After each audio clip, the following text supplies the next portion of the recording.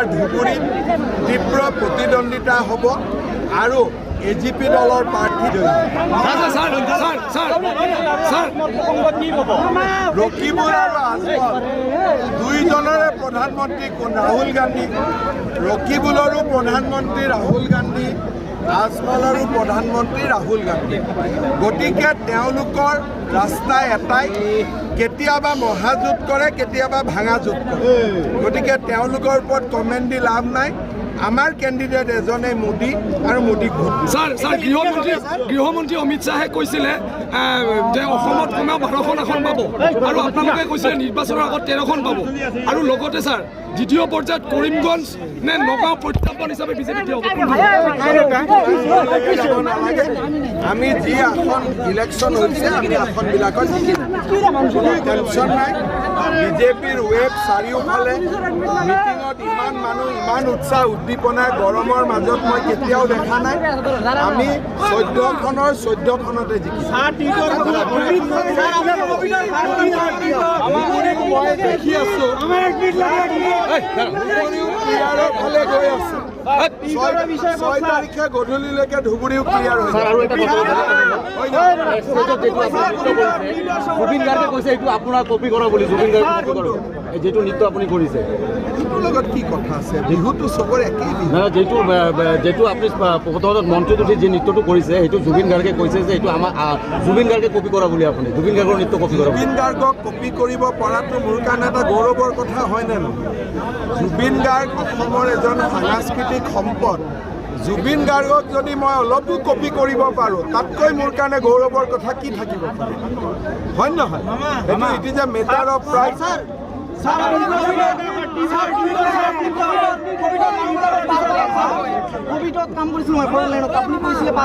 হ'ব, টেনশ্যন নাই, চব চিন্তা কৰিব নালাগে।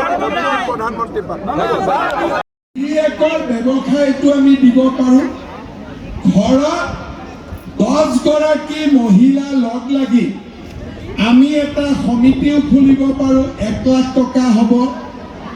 আৰু ঘৰত যদি একো কৰিব নোৱাৰোঁ 50ডাল চেগুনৰ গছ বা 50ডাল আগৰৰ গছ লগালেও আমাৰ কামটো হৈ যাব। এই 10,000 টকা যোনে মই কোৱাৰ দৰে ভাল কৰি ব্যৱহাৰ কৰে তেওঁলোকক মই আৰু পিছত তেওঁলোকৰ বেংক একাউণ্টত মই আৰু 25,000 টকা জমা কৰিম। হ'ব? প্ৰথমতে হ'ল চাবি ঠেলাঠেলি নকৰিলে 10,000 টকা পাব প্ৰথম আৰু দ্বিতীয় ইনষ্টলমেণ্টত পাব 25,000 টকা।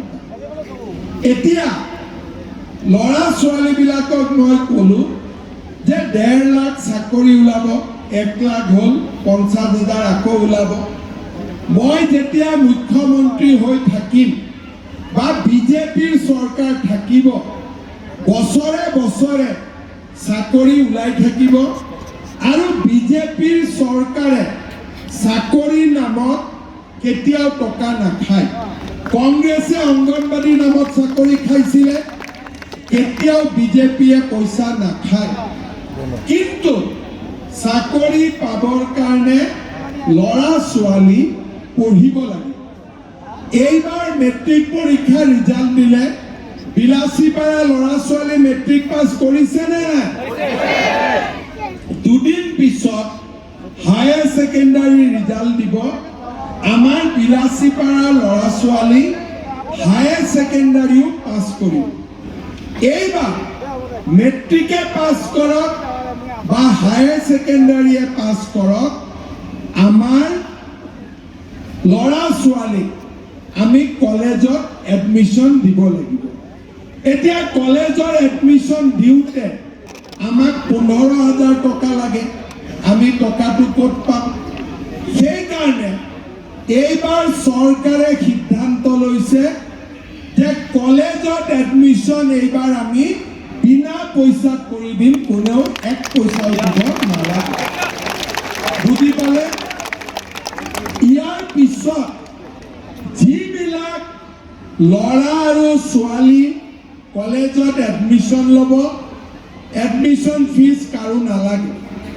কিন্তু যিবিলাক ছোৱালী কলেজত এডমিশ্যন ল'ব তেওঁলোকৰ বেংক একাউণ্টত মামাই 10,000 টকা প্ৰত্যেক বছৰে দিব। প্ৰত্যেক বছৰে দিব, এদিন দুদিন নহয়। তাৰমানে যিবিলাক ছোৱালীয়ে কলেজত এডমিশ্যন ল'ব তেওঁলোকক কোনে পঢ়াব? মামাই পঢ়াব। তেওঁলোকৰ ল'ৰাবিলাকক দেউতাক মাক আৰু চৰকাৰে পঢ়াব আৰু ছোৱালীক মামাই পঢ়াব। পঢ়িলে 10,000। তাৰমানে মোৰ এটা ইচ্ছা যে ছোৱালীবিলাক সৰু বয়সতে বিয়া হ'ব নালাগে।